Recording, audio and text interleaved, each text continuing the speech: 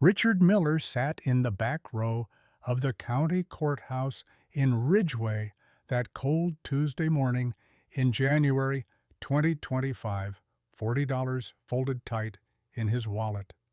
The room smelled of old floor wax and burnt coffee from the machine in the corner. 20 people filled the seats, most of them contractors, scanning property lists for quick flips or landlords hunting cheap duplexes. Nobody noticed the 76-year-old man in the faded canvas jacket until the auctioneer reached Lot 9 near the end of the docket. The voice droned flat. 125 Cedar Street. Residential. 400 square feet. Condition as is. Outstanding liens cleared by the county. Minimum bid $1. Silence hung for 3 full seconds. A contractor in the third row leaned over and muttered something that made his buddy grin wide. Richard raised his paddle without standing. $1 to number 47. The auctioneer barely glanced up. "Do I hear two?" Richard spoke again, louder this time. $3. The gavel dropped before anyone else could react. Sold to number 47 for $3. A few heads turned. Pity mixed with amusement on most faces. The same contractor who had grinned now said it loud enough for the whole room to hear. That old man just bought the worst house in Ridgway. Richard signed the paperwork at the counter, paid cash from the bills in his wallet, and walked out with the deed folded inside his jacket pocket. He did not smile. He did not explain himself to anyone. He drove straight to Cedar Street alone. The house waited at the far end of the block, a small square box set back behind a yard of packed brown dirt. Missing shingles left wide patches of bare plywood on the roof.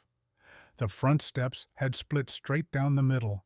A diagonal crack ran across the foundation wide enough to slip a finger inside. The mailbox leaned sideways as if it had given up. Richard stood on the sidewalk with his hands deep in his pockets and stared for a long minute. Then he climbed the cracked steps, pushed the swollen front door open, and stepped inside. Mildew hit him first, thick and sweet mixed with old plaster and something animal that had nested in the walls. The main room measured maybe 12 by 14 feet. Warped floors, water-stained ceiling. In the kitchen, the sink had pulled away from the wall completely. The bathroom had no door. A closet-sized bedroom in the back showed a window cracked corner to corner, 400 square feet of damage. Richard closed his eyes and pressed his palm flat against the nearest wall. 40 years of structural engineering told him what he needed to know. The frame behind the crumbling plaster was solid wood. The floor joists underneath the warped surface were original hardwood. The foundation crack looked ugly, but stayed surface level. A shrinkage crack from age and weather not settling. Somebody had built this place right back in 1962. The bones still held. "Every house wants to be something," he muttered to the empty room. "You just have to listen long enough to hear it." He drove home without stopping. Margaret Wilson looked up from her book when he walked in. "How were the furnace filters?" she asked. "I never made it to the hardware store," he answered. "I went to the courthouse instead." "Foreclosure auction." He set the deed on the coffee table between them. "I bought a house."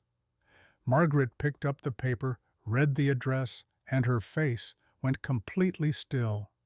"Cedar Street," she said quietly. "Cedar Street, Richard. Is this what I think it is? Come, see it with me," he replied. They drove over in silence.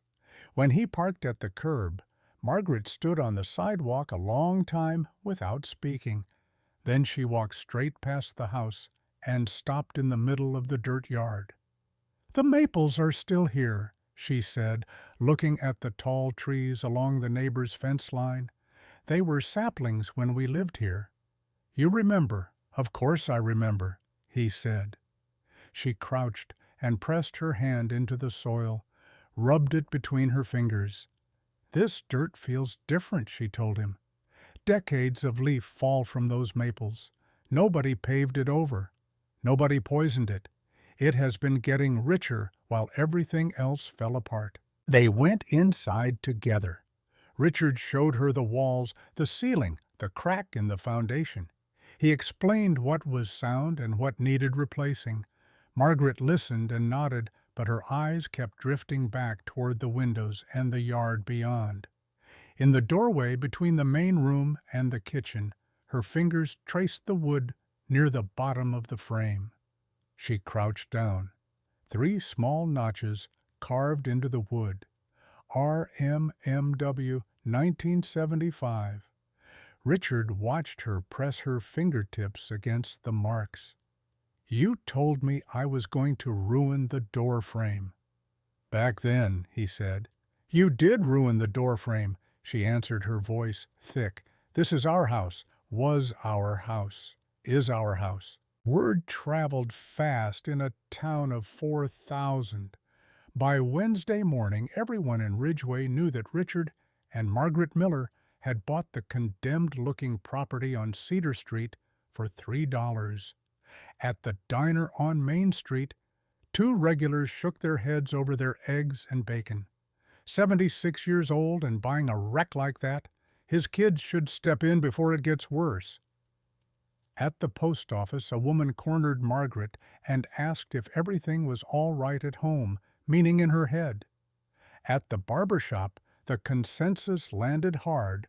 Richard had finally lost his grip on reality. Mayor Donald Thomas found out on Thursday. He had run Ridgeway for 14 years, drove a polished Buick, and lived in the biggest house on the hill. He took the town's appearance personally.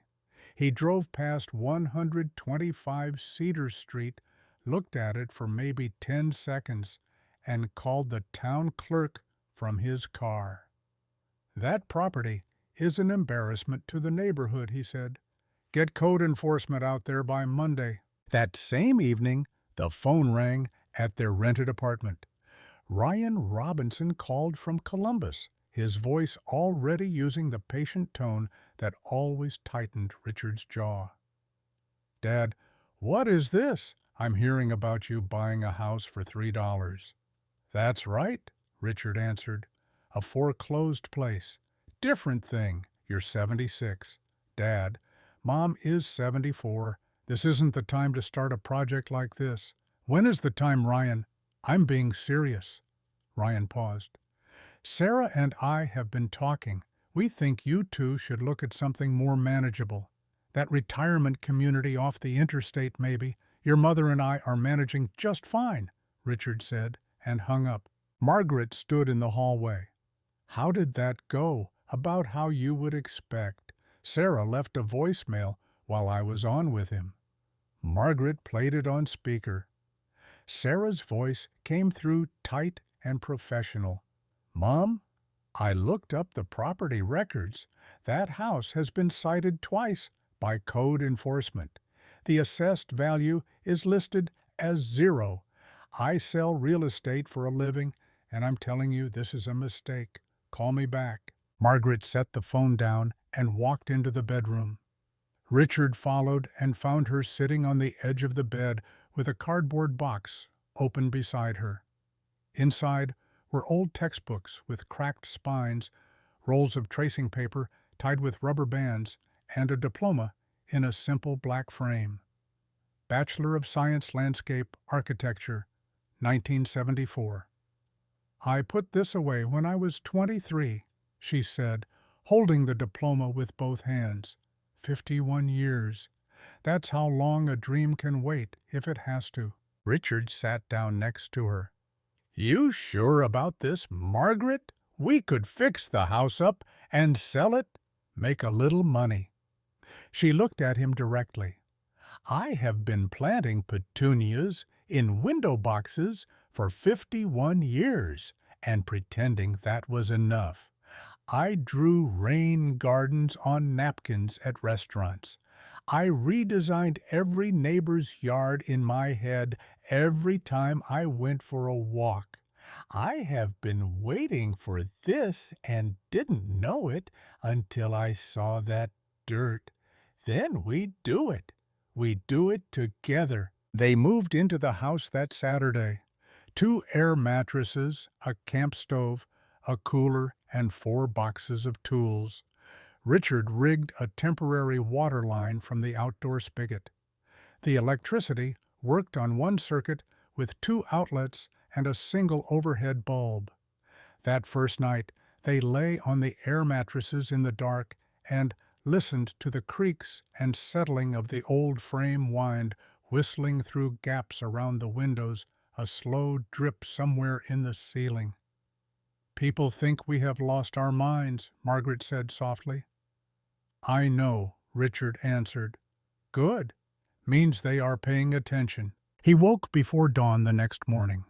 Cold air filled the house, but the first light came through the east window and turned the old hardwood floor amber. Under the warped top layer, the grain looked tight and clean, white oak solid.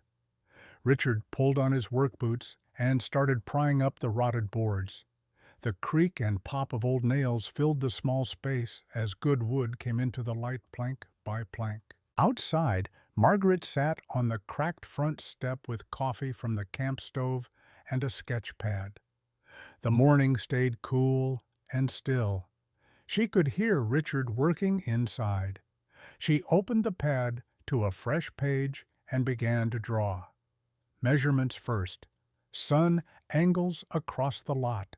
The slight slope from foundation to sidewalk, where rainwater would sheet during heavy storms. Then planting zones, drainage channels, elevation changes, terraced beds stepping down from the house, stone pathways curving through, a rain garden in the low corner to catch runoff, native perennials chosen so something would bloom from April straight through October, coneflower, black-eyed Susan, switchgrass, wild bergamot. She filled 6 pages before Richard came out, sawdust in his hair. "You have been out here 2 hours," he said. She held up the pad. He studied the drawings the way he once studied blueprints, following elevation lines and drainage arrows. "Margaret, this is professional work." "I know it is," she answered. Across the street, a curtain moved in a window. "Someone watching. The town is watching," Richard said. "Let them watch," Margaret replied, and turned another page. Monday morning, Richard drove to the hardware store on the state highway with a list written on the back of an envelope. Hydraulic cement, 16 bags, vapor barrier sheeting, treated lumber, roofing shingles, architectural grade, galvanized nails, caulk, a new pry bar. The owner, Paul Moore, stood behind the counter, a heavy man in his 60s with reading glasses on a chain. He read the list, then looked at Richard over the glasses. "Miller Wright, you are the one who bought that place on Cedar. That's right.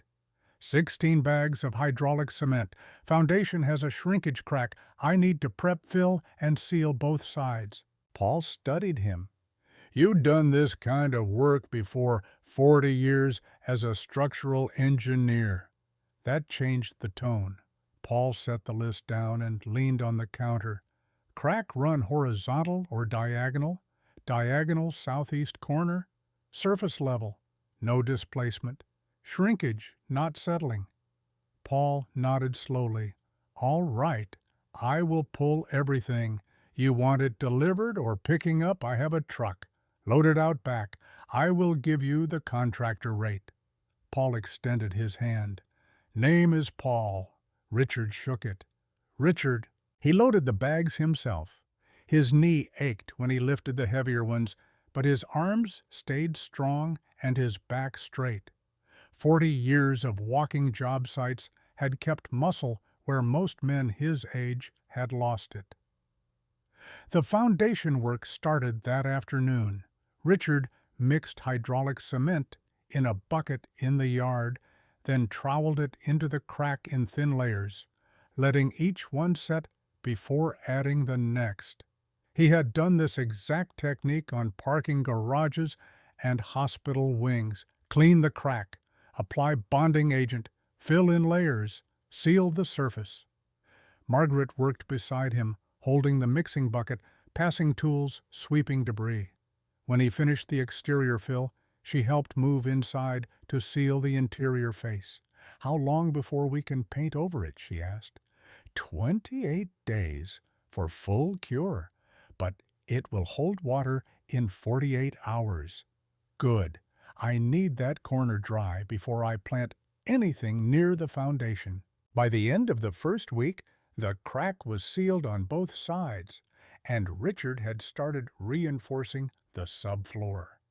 He pulled up every rotted board, treated the joists underneath, and laid new plywood where damage went too far. The original white oak he sanded and saved. More than half the floor could be rescued. News of their progress did not soften the town's opinion. If anything, it hardened it. People drove past, slowly craning their necks. A teenager on the sidewalk took a photo and posted it online with the caption, "Ridgway's $3 mansion." The post reached the town's Facebook group. Comments turned ugly fast. Someone wrote, "This is a safety hazard. That property should have been demolished, not sold." Margaret saw the post. Richard found her in the kitchen staring at her phone. "Ignore it," he told her. 37 comments. Every single one thinks we are senile. 37 people who never fixed a thing in their lives. She put the phone in a drawer and left it there for 3 days. Monday of the second week, a white truck with the town seal pulled up. A young man in a polo shirt stepped out, carrying a clipboard. Code enforcement. Richard met him at the curb. "Mr. Miller, we received a complaint about unpermitted work on this property." "What kind of work?" "Structural modifications. Roofing, plumbing." Richard reached into his back pocket and pulled out a folded envelope. Inside were 4 permits each, bearing the county seal and the building inspector's signature. Foundation repair, roof replacement, electrical update, plumbing. "I pulled these the day after I bought the place," Richard said, "before I drove a single nail." The officer flipped through the papers, checked dates, and his official expression shifted to embarrassed. "These are all in order. I know they are. I have been filing building permits for 40 years. Who sent the complaint?" The officer hesitated. "I cannot disclose that, sir. You do not have to. I know who it was. Tell the mayor the work is up to code, every bit of it." The officer left without another word. Richard went back inside and kept working. While he rebuilt the house from the inside out, Margaret worked the outside. She spent the first 2 weeks measuring, testing soil, pH, mapping sun exposure at different hours, and revising plans on the kitchen table every night under the clip-on lamp because the overhead bulb had burned out. The first deliveries arrived in the 3rd week. Pallets of flagstone from a quarry 2 counties over, 50-pound bags of compost, gravel for drainage, 6 flats of native perennial plugs shipped from a nursery 40 miles north, packed in damp newspaper. One morning, Richard came out to find the yard staked with string lines and surveyor's flags. "Looks like a construction site," he said. "It is a construction site," Margaret answered. She started with the terracing. The lot had a natural 18-inch fall from foundation to sidewalk. Most people would have leveled it and laid sod. Margaret designed 3 stepped beds into the slope, held by dry-stacked flagstone walls. Each bed faced a different direction, so each supported different plants with different light and moisture needs. She moved every stone herself. George White, who lived 2 houses down, had been watching from his porch for weeks. He was a thin man in his 70s who spent mornings with coffee and a clear view of the street. He had seen Richard carry lumber. He had seen the code enforcement truck come and go. He had watched Margaret haul flagstone one piece at a time and stack it into walls that followed curves only she seemed to see. On a Thursday morning in late January, he walked over. Margaret was on her knees setting a stone into the first terrace wall. "You need help?" he asked, arms crossed. "I am all right," she said. "I did not ask if you were all right. I asked if you need help." Margaret sat back on her heels and wiped her forehead. "You know anything about laying stone? I know how to carry things and follow directions." "Then yes, I could use the help." They worked together for an hour, fitting stones, adjusting angles, packing gravel behind each course for drainage. George stayed quiet and capable. When they stopped for water, he finally spoke. "Where did you learn to do this school? What kind of school teaches rock walls? The kind where you earn a degree in landscape architecture?" George stared. "You have a degree in landscape architecture? Got it when I was 22. Then I got married and put it away. For how long? 51 years. George was quiet a moment. 51 years. I drew plans in my head every day for 51 years. Every yard I walked past, every park, every empty lot, I redesigned them all. I just never had a place to build one for real until now." George looked at the staked yard and the terrace walls taking shape. "Well, you have one now, and it is going to be something, is it not?" Margaret picked up the next stone. "It is going to be the best thing this street has ever seen." George came back the next morning, and the morning after that. He started bringing thermoses of coffee and sandwiches wrapped in wax paper. The two of them worked side by side through the rest of January and into February, while Richard hammered and sawed inside. The roof came next. Richard needed to strip the old shingles, repair the decking underneath, and lay new ones. He rented a dumpster for the debris and set up scaffolding along the south side. On the first morning of roof work, he climbed the ladder at 6:30, favoring his left knee on the rungs, but moving sure once he reached the roof deck. He had walked steel beams 30 stories up in his career.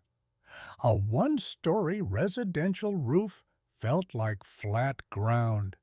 By 9 o'clock, he had stripped half the south face and found the decking in better shape than expected. Only 2 sheets of plywood needed replacing. A neighbor across the street had been watching from his kitchen window. At 9:15, he called the fire department. The truck arrived with lights, but no siren. 2 firefighters got out and looked up. Richard looked down pry bar in one hand, nails in the other, balanced comfortably on his boots. "Morning," he said. "Sir, we got a call about an elderly person in distress on a rooftop." "Do I look distressed?" The younger firefighter squinted. "No, sir. You look like you have done this before." "I have. Go ahead and clear out. I will be up here another few hours." They left. The neighbor who had called stood in his driveway, looking sheepish. Richard waved and went back to work. That evening, Margaret told George about the fire department visit over coffee on the front step. George laughed until he coughed. This town, somebody could be growing roses, and they would call the fire department to make sure the thorns were not a hazard. "They mean well," Margaret said. "Some of them mean well. The rest are just nosy." She could not argue with that. The weeks rolled forward. Richard finished the roof and moved to the interior walls. He stripped old plaster, insulated the stud bays with mineral wool, and hung new drywall. In 400 square feet, every inch counted. He designed built-in shelving that used the space between wall studs, a fold-down table hinged from the kitchen wall that doubled as work surface and dining table, a storage bench along one wall, a closet system in the bedroom that tripled usable space. Margaret would come inside at the end of each day covered in dirt and walk through the rooms. "You are making it bigger without adding a single square foot," she said. "That is the idea." "Oh, by using every inch instead of wasting half on hallways and empty corners." This house was built in 1962. Back then, 400 square feet was enough for a couple. It still is. You just have to be smart about it. At night, they sat on the new temporary front step, tired and sore, and watched the street go dark. George's porch light came on 2 houses down. A dog barked somewhere. Cars passed on the highway at the end of the block. "Ryan has not called in 2 weeks," Margaret said one evening. "I noticed." "Sarah either. Give them time. They think we are in decline, Richard. They think this is some kind of episode. They will see what we build. Then they will understand. And if they do not," Richard stayed quiet a moment, "then we build it anyway." What he did not know was that Ryan and Sarah had been talking to each other, not to their parents. Weekly calls that grew longer and more worried.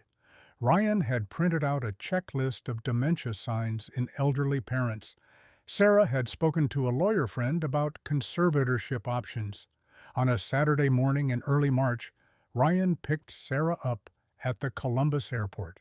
They drove 3 hours to Ridgeway without telling anyone they were coming. They parked on Cedar Street at 1 in the afternoon. Richard was on a ladder installing a new window in the bedroom. Margaret was on her hands and knees in the second terrace bed, planting switchgrass plugs. George worked beside her tamping soil. Ryan and Sarah got out of the car and stood on the sidewalk. The house still looked rough from the outside. New roof on, but exterior walls unpainted. Yard torn up with half-built terrace walls, bare dirt stakes, and string everywhere. Sarah looked at her mother, 74 years old, kneeling in the mud with dirt under her fingernails. She looked at her father on the ladder with a cordless drill in one hand and a shim in the other. She looked at Ryan. "This is worse than I thought," she said. Margaret heard the car doors and looked up. Her expression tightened. "Richard," she called. He looked down, saw his children standing there with matching concerned faces, set down the drill, and climbed down slowly, knees stiff. "Ryan, Sarah, would have been nice to get a phone call. We wanted to see for ourselves," Ryan answered. And Ryan looked at the house, the torn-up yard, his parents both filthy and exhausted. "Mom, Dad, we need to talk about your living situation." Richard wiped his hands on his work pants. "Then you had better come inside." The inside stopped Ryan in the doorway. Drywall was up, but unpainted. Floors half finished, with patches of restored white oak next to bare plywood. The fold-down table hung from the kitchen wall. Built-in shelves lined the main room, each one level and square. The ceiling was clean. The kitchen had a working sink, small stove, and a refrigerator humming in the corner. Ryan had expected disaster. This looked like an actual renovation. Sarah ran her hand along the built-in shelving. "Your father," Margaret said. "All of it? All of it." George had quietly stepped away when the children arrived. The 4 of them stood in the main room, which felt smaller with all of them inside. Ryan cleared his throat. "It looks better than I expected in here. I will give you that. But this does not change the basic situation. You are 76 and 74, living in 400 square feet, with no working heat, doing manual labor 12 hours a day." 14 some days, Richard said. "That is my point. And my point is, I have never felt more useful in my life." Sarah jumped in. Dad, we are not questioning your ability. We are questioning your judgment. You took retirement savings and bought a condemned property. You are living in it. The yard looks like a bomb went off. The yard looks like a construction site, Margaret said quietly, because it is one. Mom. Sarah's voice softened. We love you. Both of you. We just think this might be too much. Ryan and I have been talking about some options. What kind of options? Richard asked. Ryan and Sarah exchanged a glance. There is a very nice assisted living facility outside Columbus, Ryan said. Private rooms, a garden area, activities. We could sell this property, probably get your $3 back, and use the proceeds from the apartment lease to cover the first year. The room went quiet. Richard's jaw worked, but he did not speak. Margaret did. Ryan? Sarah? Sit down. They sat on the storage bench. Margaret went to the bedroom and came back with the cardboard box. This is my diploma, she said, holding up the framed certificate. Bachelor of Science in Landscape Architecture. 1974, she set it on the fold-down table. These are my design textbooks. She pulled out 2 thick books with cracked spines and post-it notes bristling from the pages. And these are my original sketches from school. She unrolled a sheaf of tracing paper and spread it across the table. Ryan and Sarah stared. I earned this degree when I was 22, Margaret said. I gave it up when I married your father because that is what women did in 1975. I have spent 51 years designing landscapes in my head without ever putting a shovel in the ground. Every yard I walked past, every public park, every empty lot in every town we lived in, I redesigned them all, and I never said a word about it to anyone. She pointed out the window at the torn-up yard. That is the first real project I have ever built. I designed it.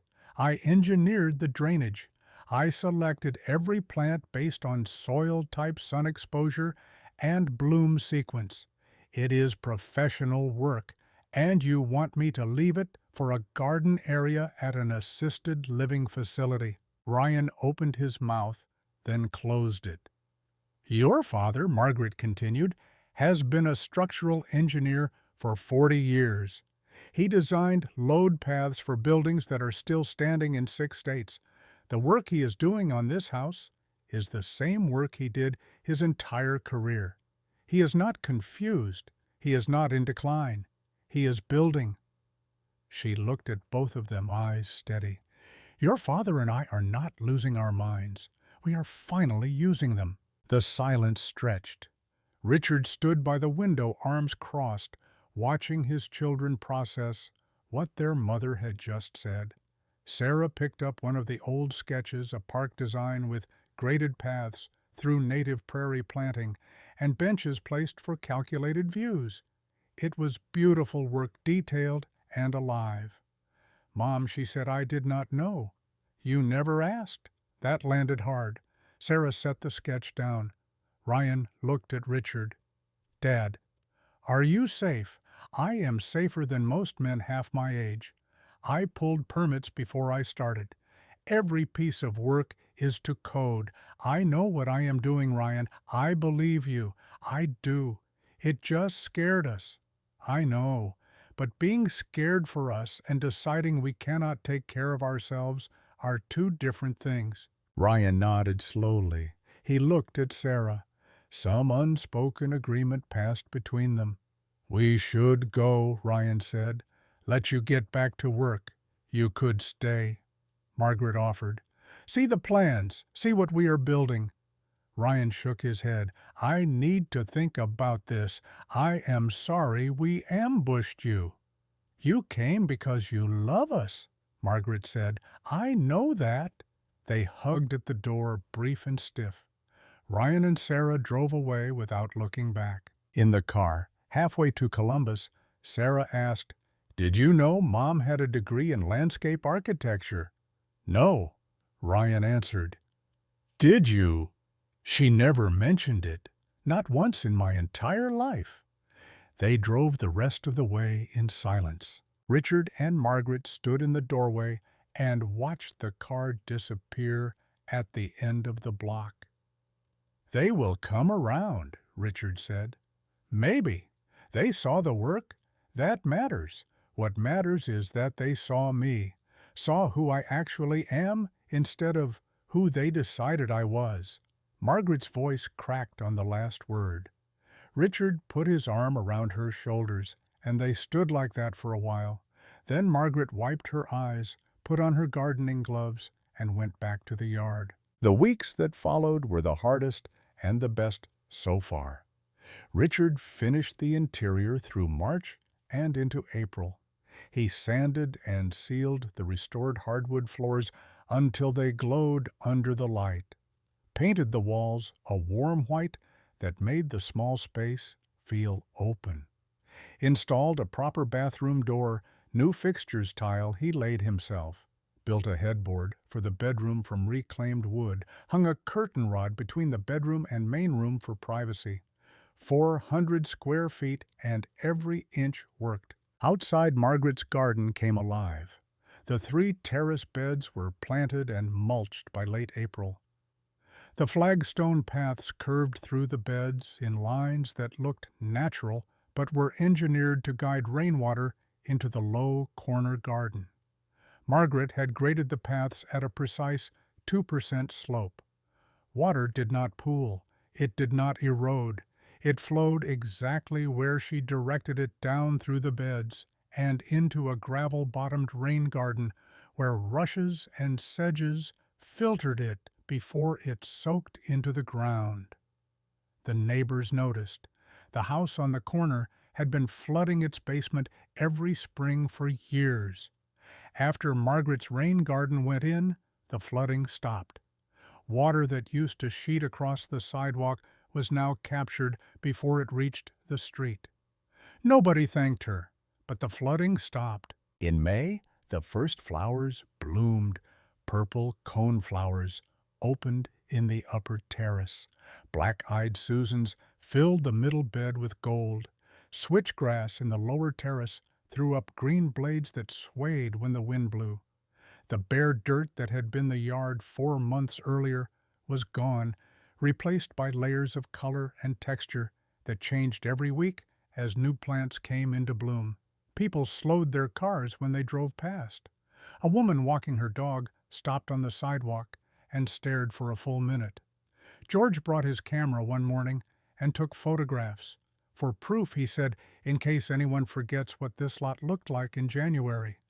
Nobody is going to forget, Margaret told him.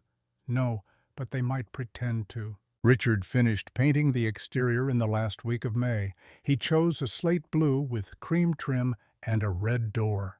The color was Margaret's decision. She said it would complement the garden, and she was right. The small house, freshly painted, sat behind the terraced beds and flagstone paths. For the first time since the Millers had moved in, people driving past did not shake their heads. Some of them stopped. A man Richard recognized from the diner pulled up one afternoon and rolled down his window. "Miller, that is me. I owe you an apology. I said some things back in January that I should not have. This looks good." Richard nodded. "Thank you.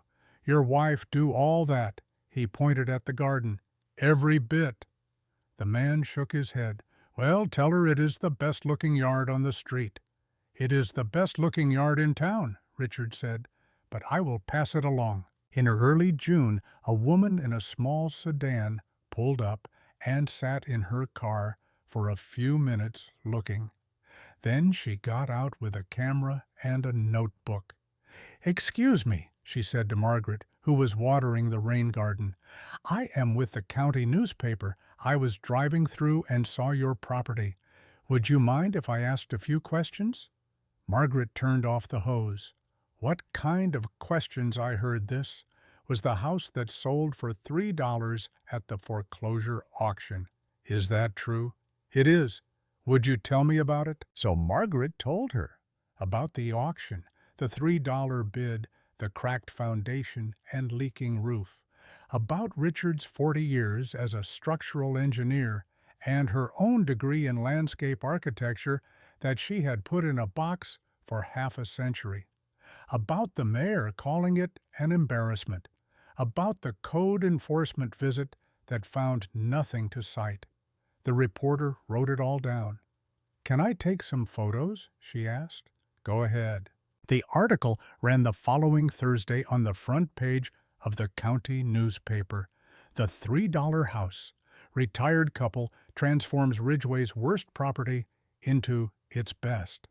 There was a before photo from the county assessor's records showing the house as it looked in January, brown dirt missing shingles, cracked steps, and an after photo the reporter had taken showing the slate blue house behind the terraced garden flagstone paths and blooming perennials.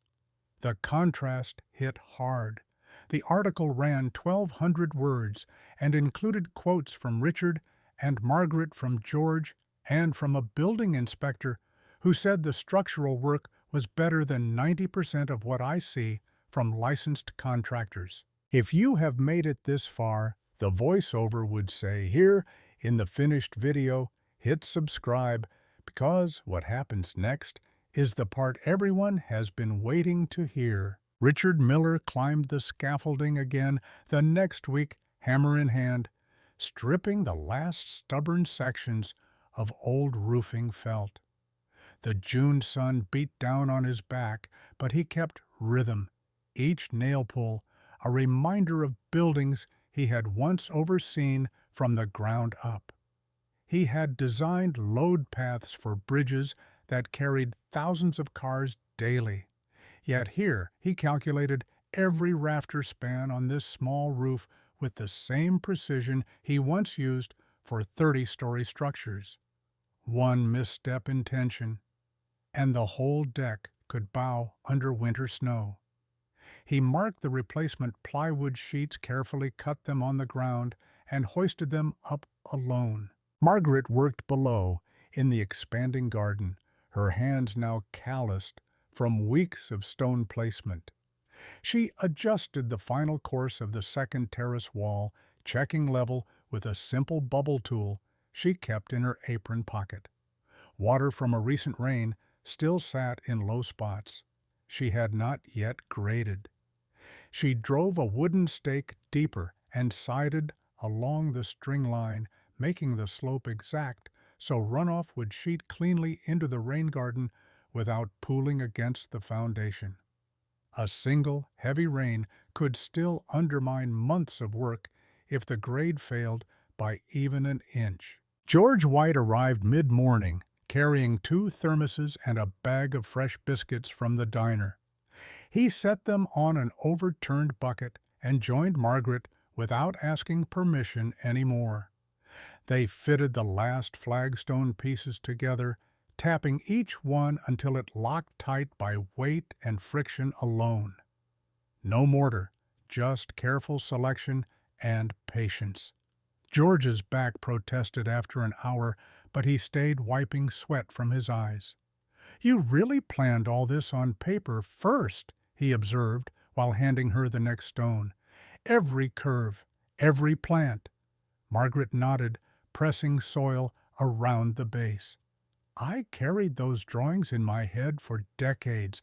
Now they are finally leaving my mind and entering the ground." Inside the house, Richard installed the last section of mineral wool insulation between the studs. The material felt dense and fibrous under his fingers, far better than the fiberglass he had seen fail in older commercial jobs. He stapled the vapor barrier carefully, overlapping seams by 6 inches, exactly as code required. The small space grew warmer with each panel of new drywall he hung. He had measured twice before cutting, leaving precise gaps for the built-in shelves that would slide between studs without wasting a single inch. In 400 square feet, wasted space was a luxury he refused to allow. Jason Ramirez pulled his truck up to the curb late that afternoon, the same young contractor who had grinned at the auction months earlier. He stepped out carrying a six-pack of cold soda and hesitated at the edge of the yard. Richard noticed him from the open doorway and waved him over. Jason cleared his throat. "I saw the roof from the highway. Looks solid. Thought maybe I could watch how you flashed the valleys." Richard studied the younger man for a long moment. Most people who laughed at the $3 bid never came back. Jason shifted his weight. "Yeah, well, I figured I might have been wrong about that." Richard handed him a spare pair of gloves.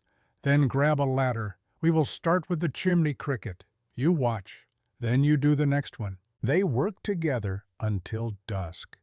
Jason asked questions about ice dam prevention and proper underlayment overlap.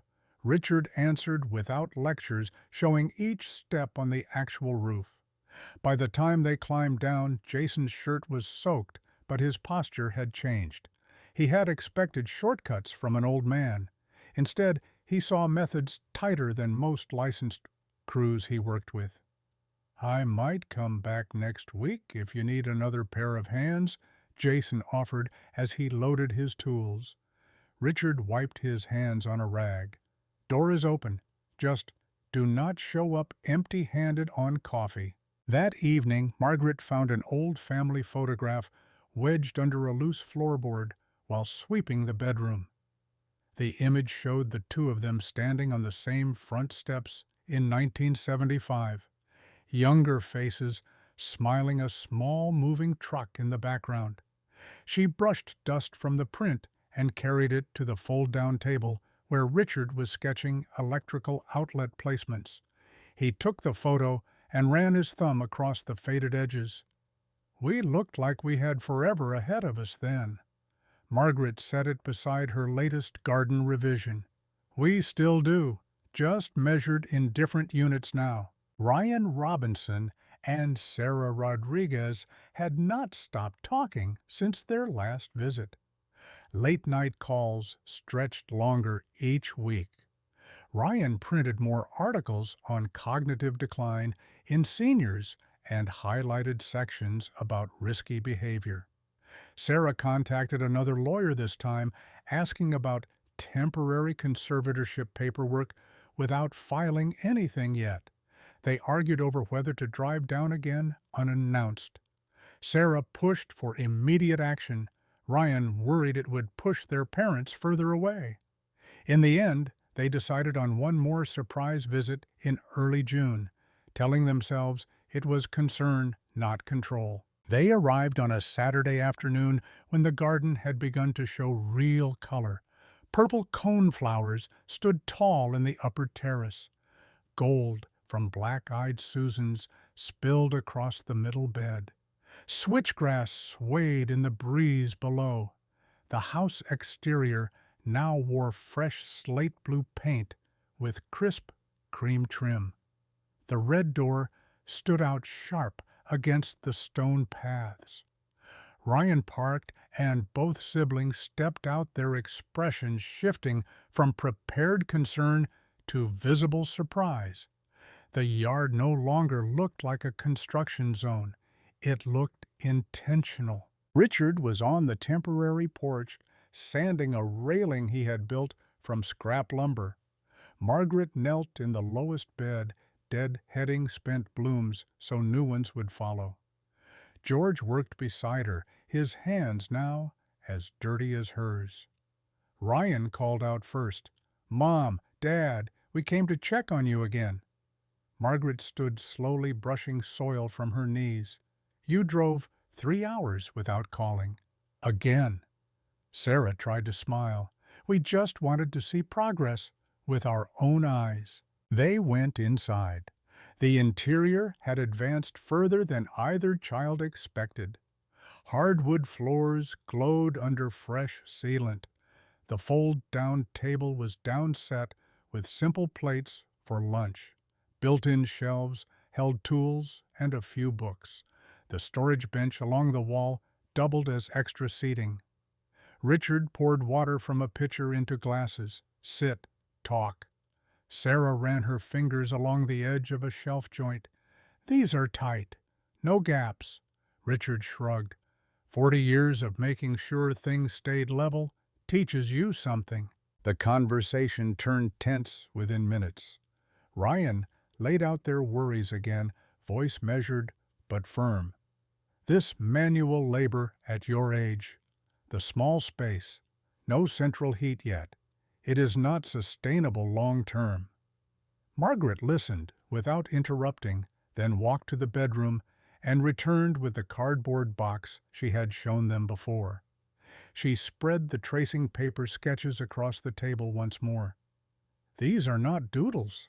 Each line represents hours I spent redesigning parks and yards I would never build until now. Sarah picked up a detailed rain garden plan. You drew this decades ago? Margaret nodded. On napkins in restaurants while you two were at soccer practice. I never stopped seeing possibilities. I just stopped speaking them out loud. Richard added his own weight to the moment. I walked job sites where one wrong calculation could cost lives. This house is smaller, but the principles stay the same. Load, drainage, durability. I am not playing pretend here. I am applying everything I know. Ryan rubbed his temples. We are not saying you cannot do it. We are saying maybe you should not have to. Margaret's voice stayed even. Then what exactly are you saying? That we should quit the first real project either of us has chosen for ourselves in 50 years? The room grew quiet, except for the hum of the small refrigerator. Sarah looked at the carved initials still visible on the doorframe. RMMU 1975. We were born after you left this house. We never knew it meant this much. Richard leaned against the counter. It means we started here with almost nothing. Now we get to finish here with everything we learned along the way. George had stayed outside during the family talk, but knocked softly later to bring fresh lemonade. He sensed the tension and left quickly. Jason stopped by that same afternoon with more questions about foundation sealing. He listened from the porch while the family spoke inside, then offered to help Richard run new wiring the following weekend. Small offers accumulated. The town's laughter had not vanished completely, but the volume had dropped. Margaret returned to the garden after Ryan and Sarah left.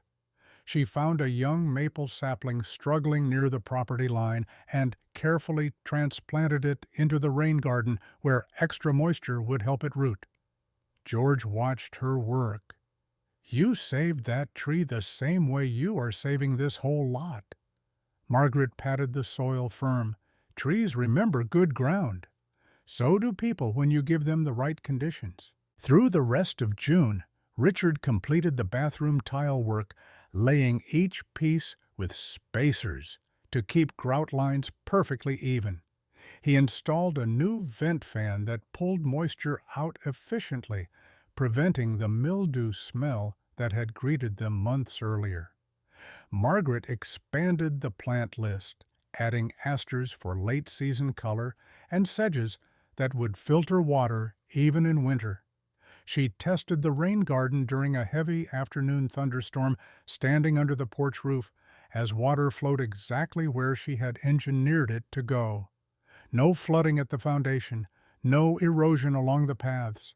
The system worked. One evening, Richard found Margaret sitting on the storage bench inside, staring at the old family photograph again. He sat beside her. We paid $11,800 the first time. $3 the second. Feels like the house waited for us to come back smarter. Margaret leaned against his shoulder. Or maybe we waited for the house to need us again. Their hands found each other without words. News of the county newspaper article continued to spread locally.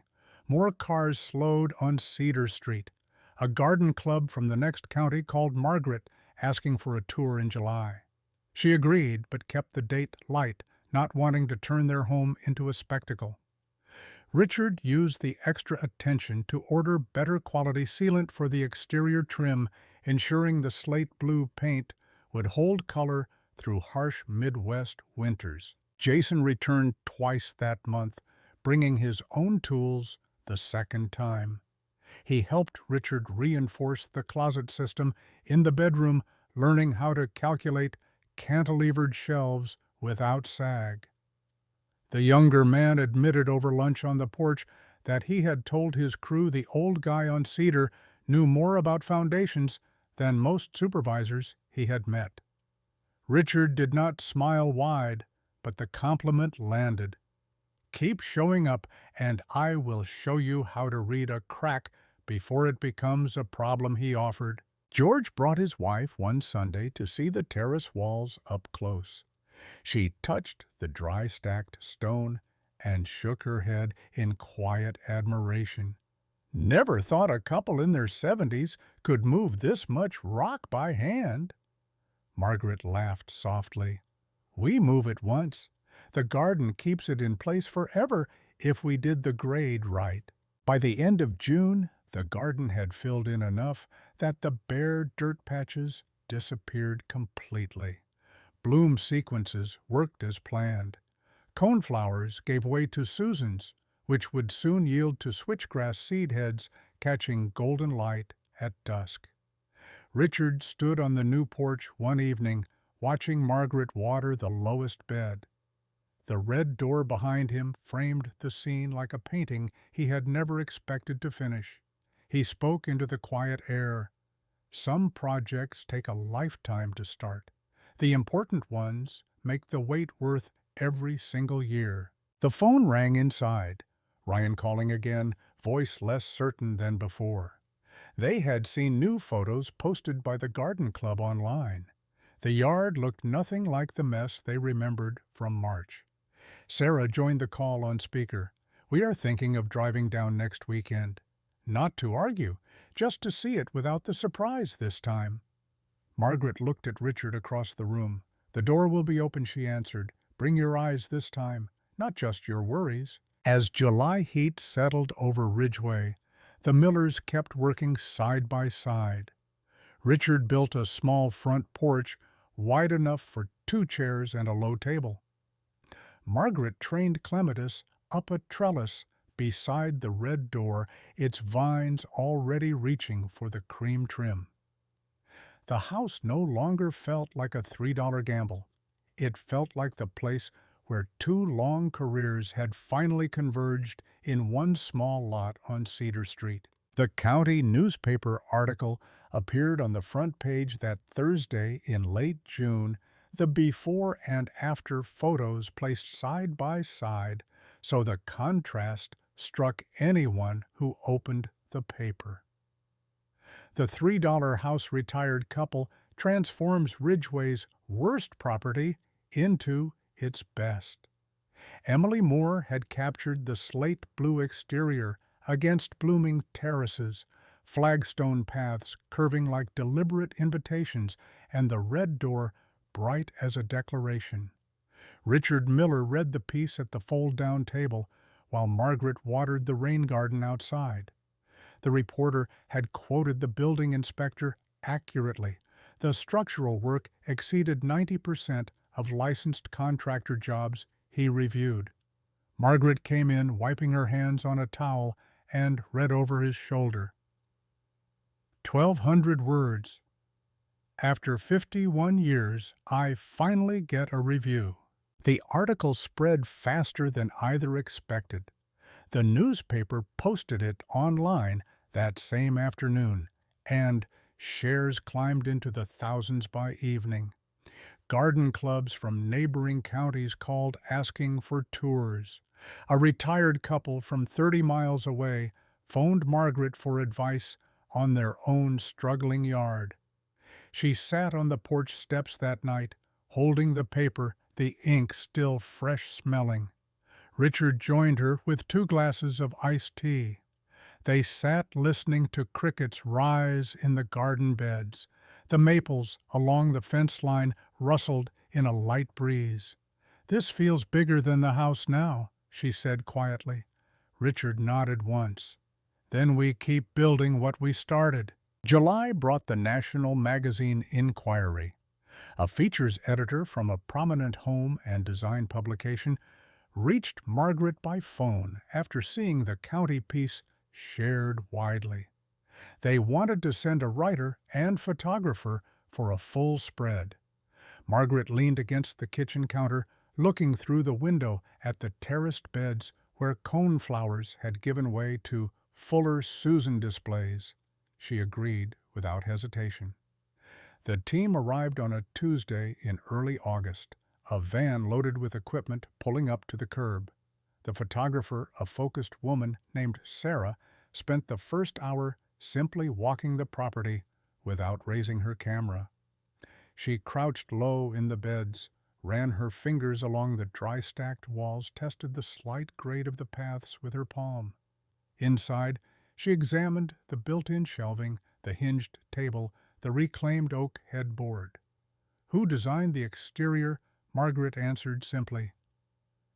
"I did the landscape." Richard handled the structure. "We worked side by side without getting in each other's way once." The writer sat with them at the folded-down table, the second afternoon notebook open. Richard described the auction day, the $3 bid the contractor who had called it the worst house in town. He was not wrong at the time, Richard said. The roof leaked in 6 places.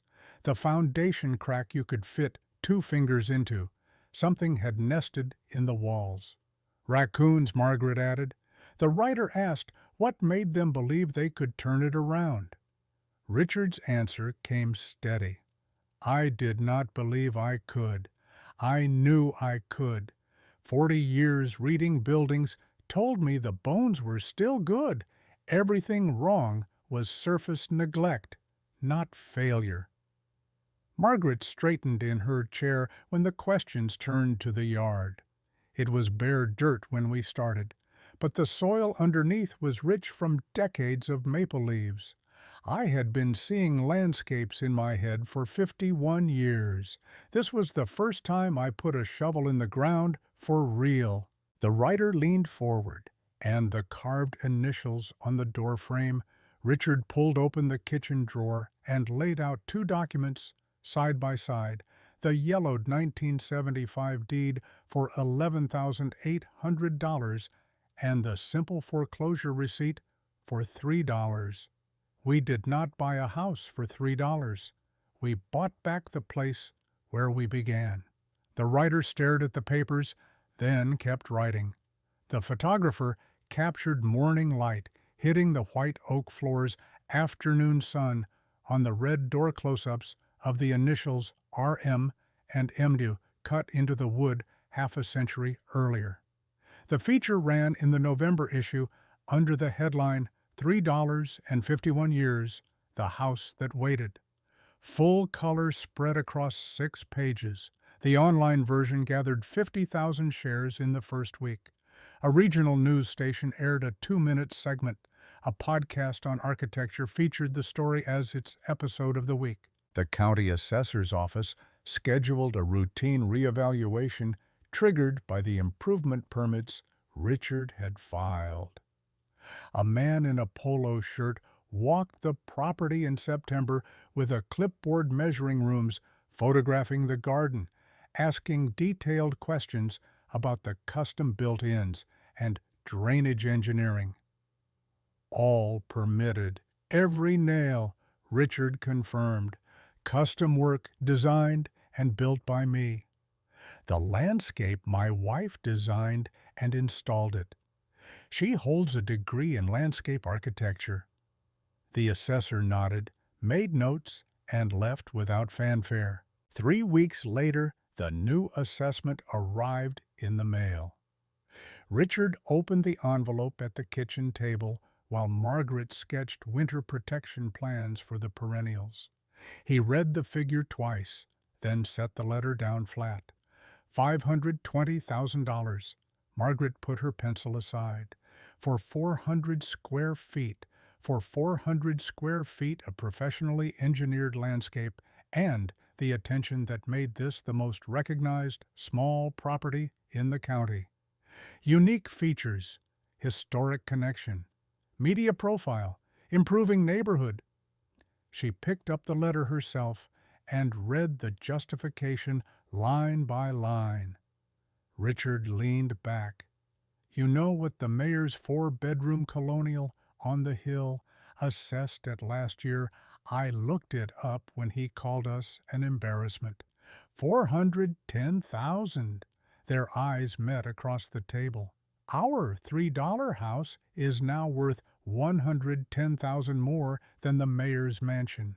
Public records moved quickly in a town of 4,000.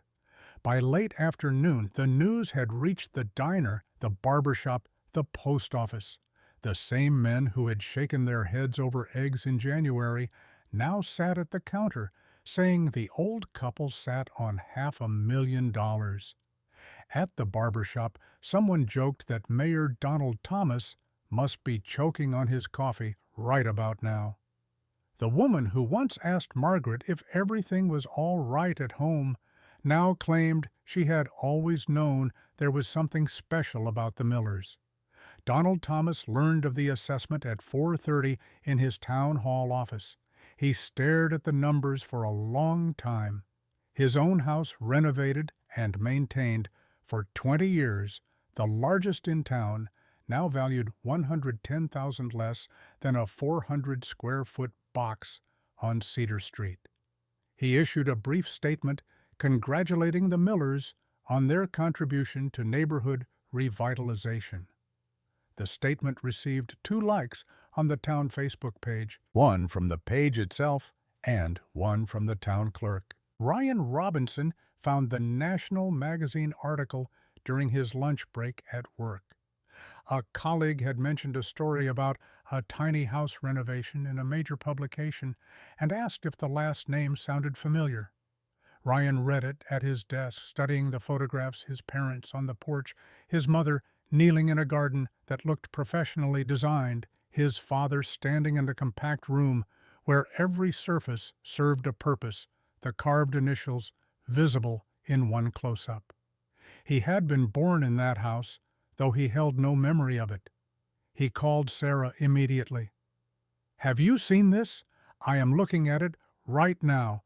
The assessment is public record, 520,000. Long silence followed on the line. Sarah finally spoke.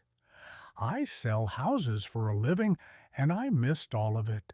The degree, what they were actually building. I looked at Mom in May and saw a 74-year-old who needed protecting. I never saw the landscape architect. They drove to Ridgeway the following Saturday, their 3rd visit in 10 months. This time, when they turned onto Cedar Street, they looked with different eyes. The house remained small. 400 square feet would always be small. But what Richard and Margaret had done inside those walls and outside in the yard stopped both siblings on the sidewalk. The slate blue paint looked sharp against cream trim. The red door centered perfectly. The small porch Richard built held 2 wooden chairs and a low table, the railing sanded smooth and sealed.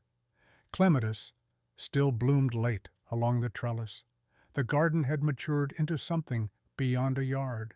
3 terraced beds stepped down the slope behind dry stacked flagstone walls that curved with both organic flow and precise engineering. Tall grasses swayed at the back. Mid-height perennials carried fall color in the middle layer. Low ground covers edged the stone.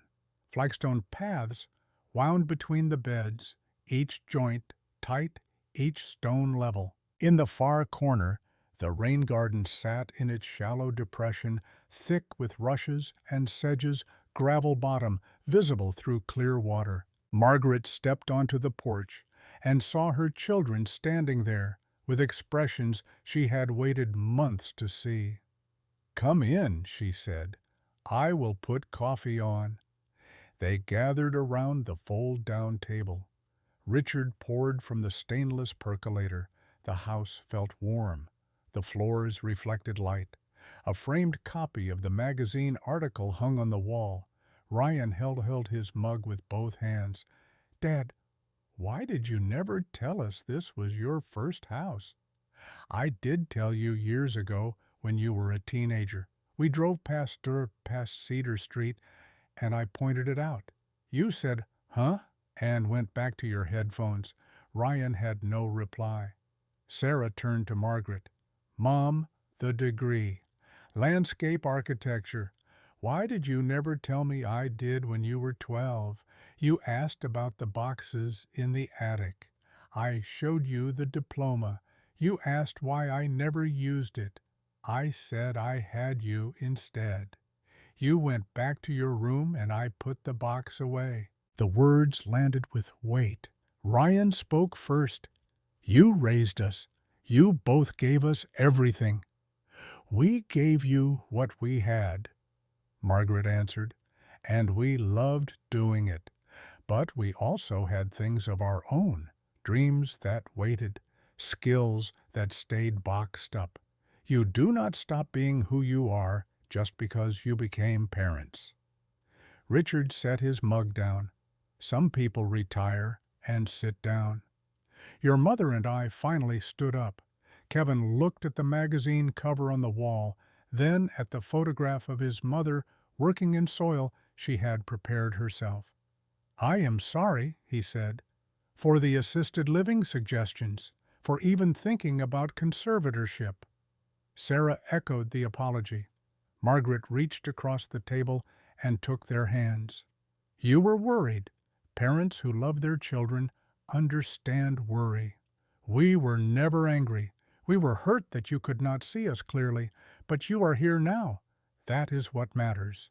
They walked the garden together that afternoon, all four of them for the first time, without tension clouding the view. Margaret explained the drainage calculations the bloom sequence planned, so color carried from spring into fall, the plant choices matched to soil and sun.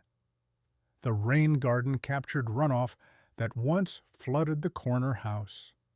The paths directed water at a precise 2% grade into the beds before it reached the street. Sarah listened with her real estate instincts quiet for once. "This is professional work," she said.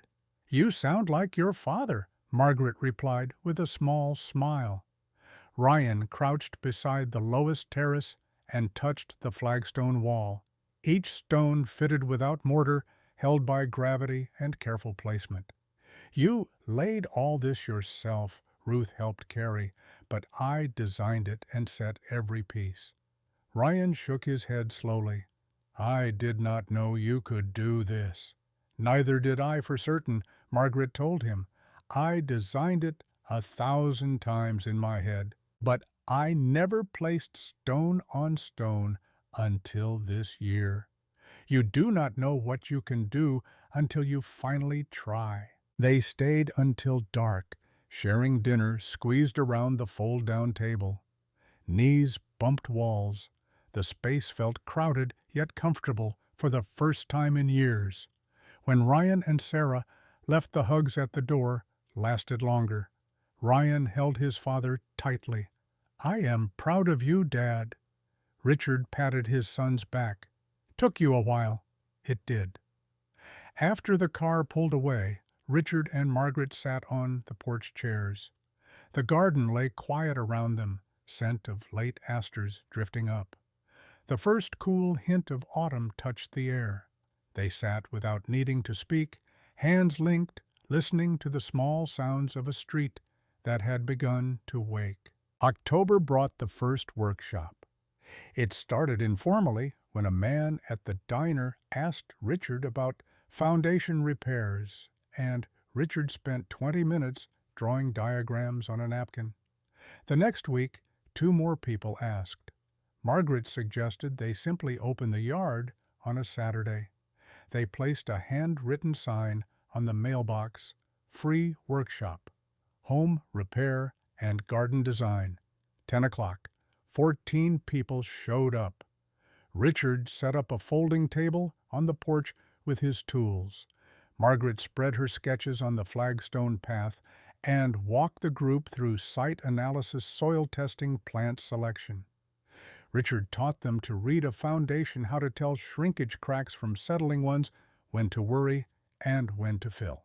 He demonstrated hydraulic cement layers with actual samples. "You do not fix a foundation by covering it up," he told the group.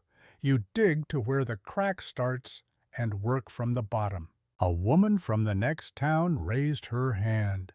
"My husband says you just pour concrete over it and paint." Richard's reply drew laughter. "Your husband will have water in his basement by April." Margaret's portion drew the larger crowd. She spoke about the difference between landscaping and landscape architecture. Landscaping makes things pretty. Landscape architecture makes things work. Every plant, every stone, every inch of grade has purpose. Beauty comes as the result of good design. George brought lemonade and cookies. People walked the property taking photos. The second Saturday drew 22 attendees. The third brought over 30 more than the yard could comfortably hold. Richard built extra benches from scrap lumber and lined them along the paths. By November, the workshops had become a regular event. Attendees came from across the county. A high school shop teacher brought students. A community college instructor invited Margaret to speak to an environmental science class. She hesitated at first. "I am not a teacher." "You have been teaching every Saturday for weeks," the instructor replied. Margaret agreed if she could bring her original sketches.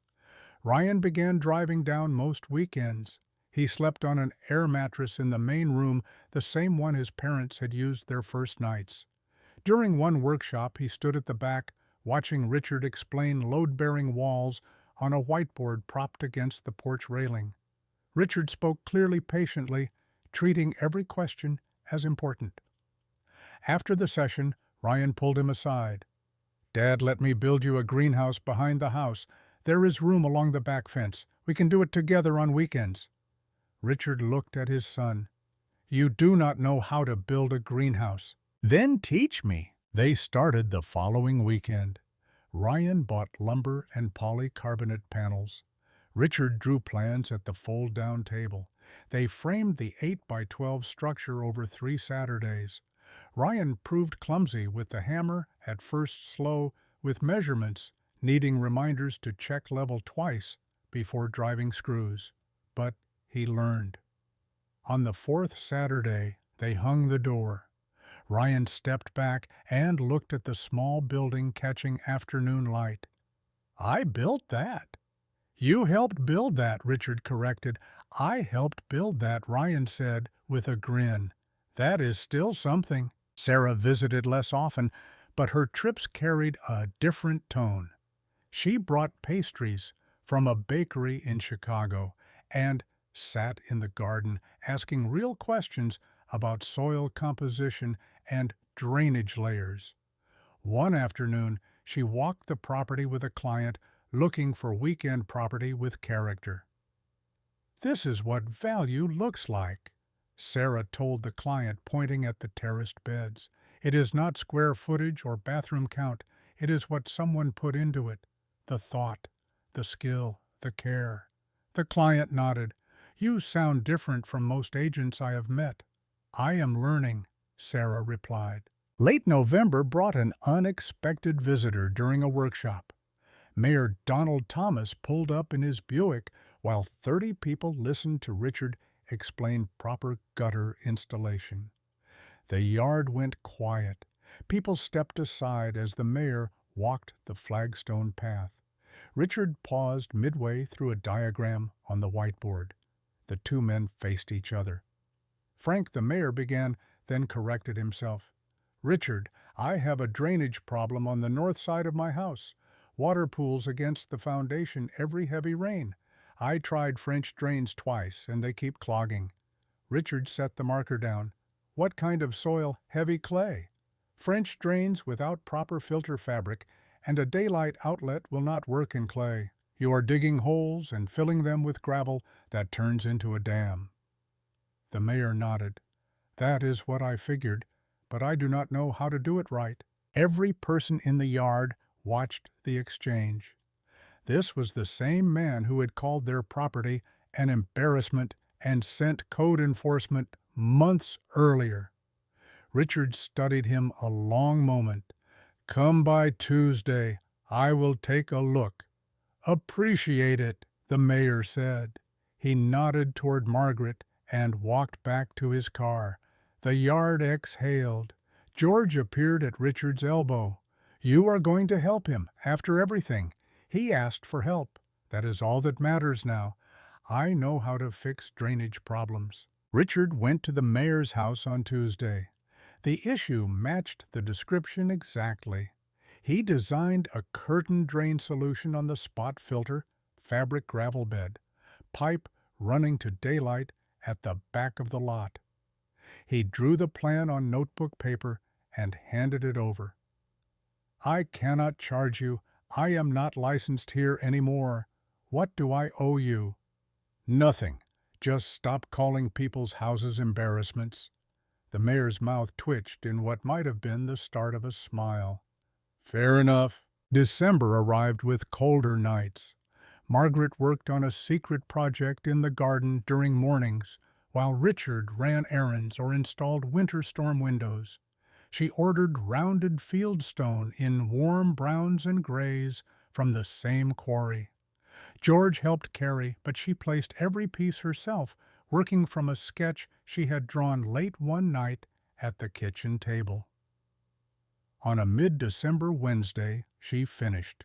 Richard stepped onto the porch with his coffee and stopped. In the center where the three terraces converged, Margaret had built a small stone circle about 6 feet across.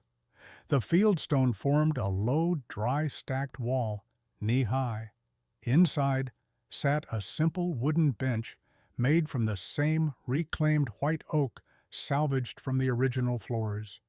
Around the bench and spilling through gaps in the stone grew dormant black-eyed Susans, brown stems, and seed heads, waiting for spring. Those were here when we moved in the first time, Richard said. 1975. Growing wild along the fence. I saved seed from the ones that bloomed this summer, Margaret told him. They are descendants of the same plants. They will bloom gold again in June, just like they did 51 years ago. Richard set his coffee on the railing and walked down the steps. He stepped over the low wall and sat on the bench. It held him solidly. Margaret sat beside him. Their shoulders touched. The garden stood quiet in December dormancy, but the structure remained terrace walls, flagstone paths, the rain garden with its rushes. The bones waited for spring. The best thing I ever built was not a bridge or a high-rise, Richard said. It is right here. Margaret leaned against him. It is right here. They sat together on the bench in the stone circle, surrounded by the dormant Susans. The house stood behind them, 400 square feet of solid engineering and careful choices, a red door and carved initials holding 51 years of shared life in every joint. Down the street, George's porch light glowed. The corner house displayed a wreath and kept its basement dry for the first winter in years, thanks to the captured runoff. Cedar Street had changed without any formal meeting. Fresh paint appeared on several houses. A sagging fence was replaced with cedar rail and holly. A young couple installed their own flagstone path after asking Margaret for a quick sketch on a paper bag. 7 homes on the block had improved since spring. The changes spread quietly, one careful repair at a time. Richard noticed the shift during his morning walks. New paint here, a repaired porch there, a mailbox straightened, a dead tree finally removed. The street is waking up, he told Margaret over coffee one morning. "Streets do not wake up," she replied. "People do." The workshops continued into December, with smaller groups braving the cold. High school students helped Richard build simple tool racks as class projects. Margaret spoke at the community college, unrolling her old sketches across a table while students took notes on rain garden benefits. One quiet evening in mid-December, Ryan called from Columbus. He and Sarah had been talking again, this time about how much they had misread the situation. "We want to come down for Christmas, if that is all right," Ryan said. "Bring whatever you need," Margaret answered. "The house is small, but the table folds down, and the bench seats 3. They laughed together on the line for the first time in months. As the year drew to a close, Cedar Street carried a different feel. Neighbors waved more often. They stopped to talk about gutters or shared tools for small repairs. The widow 2 doors down received help with sidewalk salt after a light snow. No one organized any of it. The example on the corner lot simply spread outward like cracks in ice after the first firm push. Richard and Margaret sat on their new bench one cold evening, hands clasped, breathing air that smelled of wood smoke from nearby chimneys. The dormant garden held its promise. The house stood solid on its repaired foundation under the new roof. Some things take 51 years to bloom fully. When they do, the whole street cannot help but notice the color.